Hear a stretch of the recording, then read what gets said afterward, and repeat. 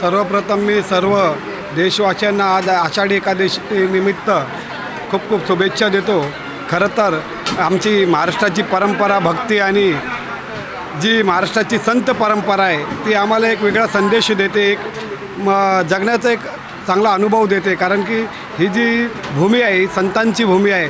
महाराष्ट्रामध्ये अनेक संतांनी आम्हाला जीवन जगण्याचा मार्ग दिला आणि त्या संतांना फॉलो करता करता आज लाखो लोक बघा पंढरपूरला वारकरी पायी जातात।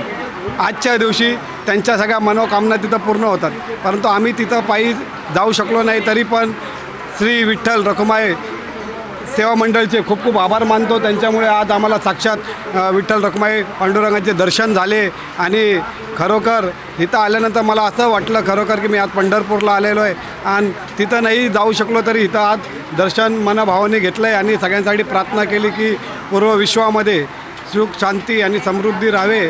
तसेच आज या विठ्ठल रखुमाई मंदिराच्या आवारामध्ये प्रसाद वाटपाचा जो कार्यक्रम करण्यात आला ती एक माझी छोटीशी भक्त म्हणून मी ती सेवा केली। खरं तर ही सेवा मला पंढरपूरला केली पाहिजे होती, परंतु काही निमित्ताने मी तिथं जाऊ शकलो नाही, म्हणून इथं मला ती सेवा करायचा संधी मिळाली। त्यामुळे ह्या श्री विठ्ठल रखुमाई सेवा मंडळाचे जेवढे पदाधिकारी आहेत त्यांचे मी खूप खूप आभार मानतो आणि जेव्हाही मला इथं बोलवलं जाईल हिंदुत्वाच्या कामासाठी मी नेहमी पुढे असतो आणि नेहमी पुढे राहील। जोपर्यंत आपला भारत देश हा हिंदू राष्ट्र घोषित होत नाही तोपर्यंत ज्या मंदिरामध्ये ज्या सांस्कृतिक कार्यक्रमामध्ये सामाजिक कार्यक्रमामध्ये मला लोक बोलवतील तिथं मी नक्कीच जाणार। सर्वात प्रथम सर्व भक्तगणांना आजच्या या पुण्य पावन अशा आषाढी एकादशीच्या शुभेच्छा देताना राजाराम बापू पाटील दूध संघ म्हणजे कृष्णा दूध यांच्या मार्फत आणि JP अग्रवाल जे समाजसेवक आहेत त्यांच्या वतीने इथे दही आणि लस्सी हे कृष्णाचं वाटप करण्यात आलेलं आहे। येणाऱ्या सर्व भक्तांना ते जी खिचडी आणि खिचडीसोबत दही देत आहोत।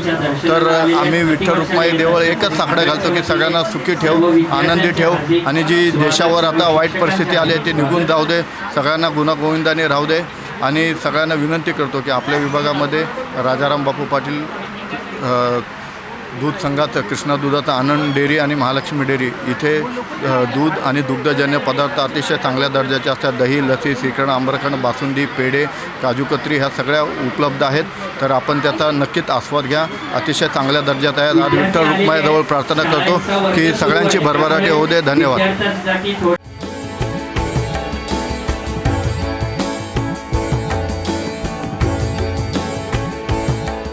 CEN न्यूज देश प्रदेश की ताजा तरीन खबरों के लिए CEN न्यूज को सब्सक्राइब करें और रहें पल पल की खबर से हर पल बाखबर।